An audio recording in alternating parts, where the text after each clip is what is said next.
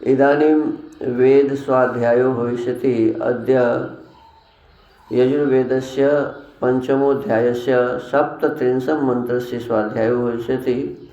स्वाध्यायमानमन्त्रस्य अयं नो अग्निर् इत्येतानि प्रथमानि पदानि सन्ति।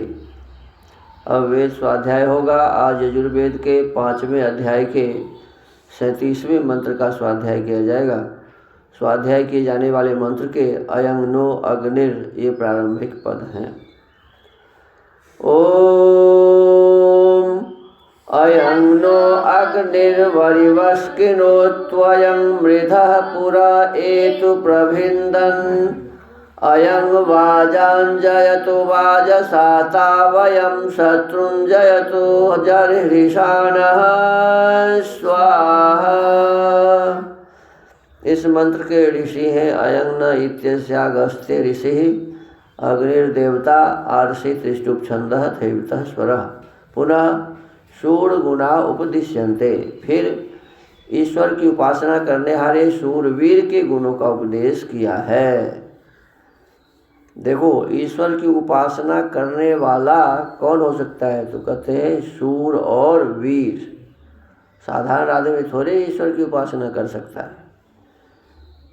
तो वह कैसा है शूरवीर, ये उपदेश है।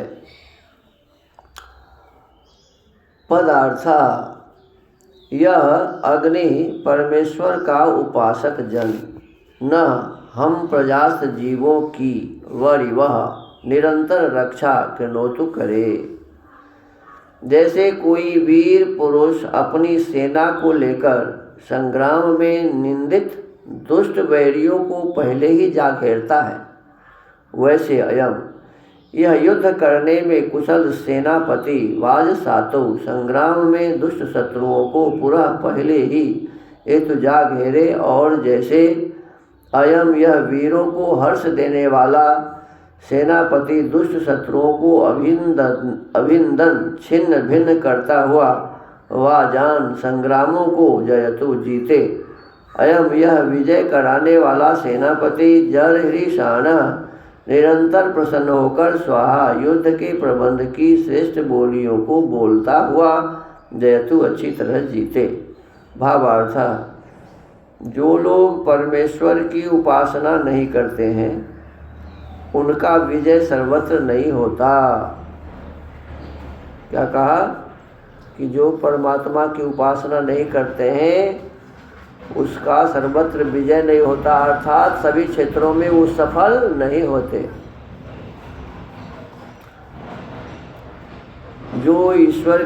जो लोग परमेश्वर की उपासना नहीं करते हैं उनका विजय सर्वत्र नहीं होता। जो अच्छी शिक्षा देकर शूरवीर पुरुषों का सत्कार करके सेना नहीं रखते हैं उनका सब जगह सहज में पराजय हो जाता है।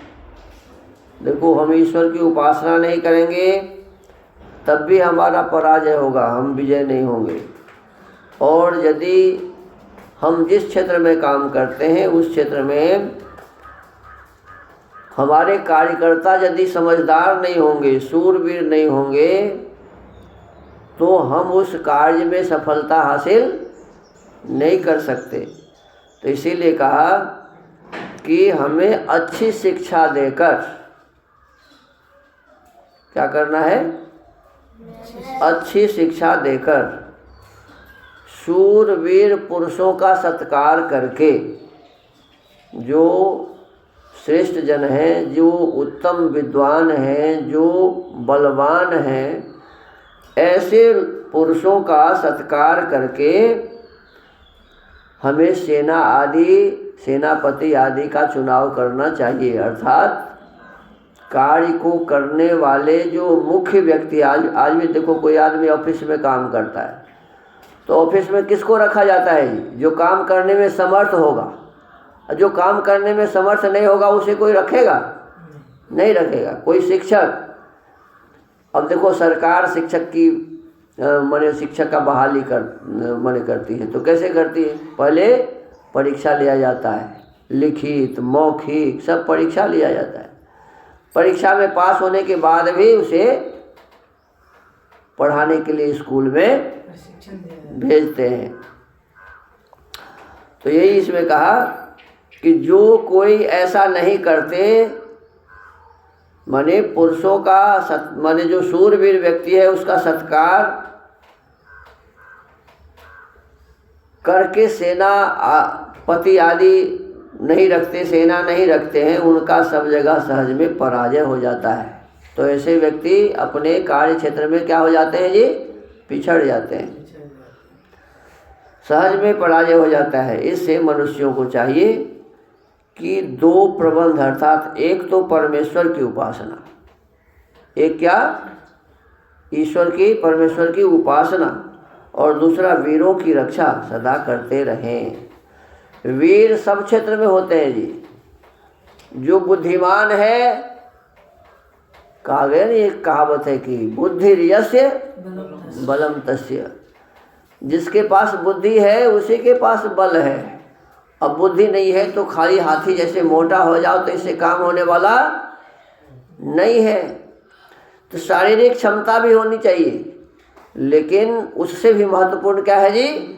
बुद्धिमान। पतले पतले व्यक्ति बहुत बड़ा काम करते हैं। देखो अभी हमारे जो विदेश मंत्री हैं, अब देखेंगे उनका शरीर तो बहुत पतला पतला है। हमारे जो विदेश मंत्री अभी हैं, शरीर उनका बहुत पतला है, लेकिन सभी देशों में जा करके अपना धाक वो जमाते हैं। सारे लोग उनके विचारों से प्रभावित होते हैं, चाहे अमेरिका हो, इंग्लैंड हो, बड़े बड़े कोई भी देश हो, चीन हो, जापान हो, रसिया हो, कोई भी, तो किसी भी क्षेत्र में जा कर के अपनी धाक वो जमाते हैं। इसका मतलब है कि शरीर पतला भी होने पर यदि बुद्धि है, वह बुद्धिमान है, तो अपने बुद्धि का प्रयोग करके बहुत सारे लोगों को बस में कर सकते हैं। तो इसीलिए कहा कि हमें ईश्वर की तो उपासना करनी ही चाहिए, क्योंकि परमेश्वर की कृपा के बिना कुछ भी नहीं होगा, हमारी बुद्धि भी काम नहीं करेगी। तो इसीलिए हमें ईश्वर की उपासना प्रथम करनी चाहिए और शूरवीरों की परीक्षा करके उनकी रक्षा करनी चाहिए।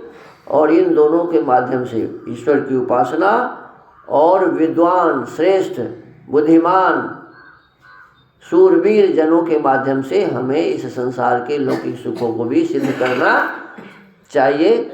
तो आज के इस वेद मंत्र के स्वाध्याय को यही विराम देते हैं। ओम।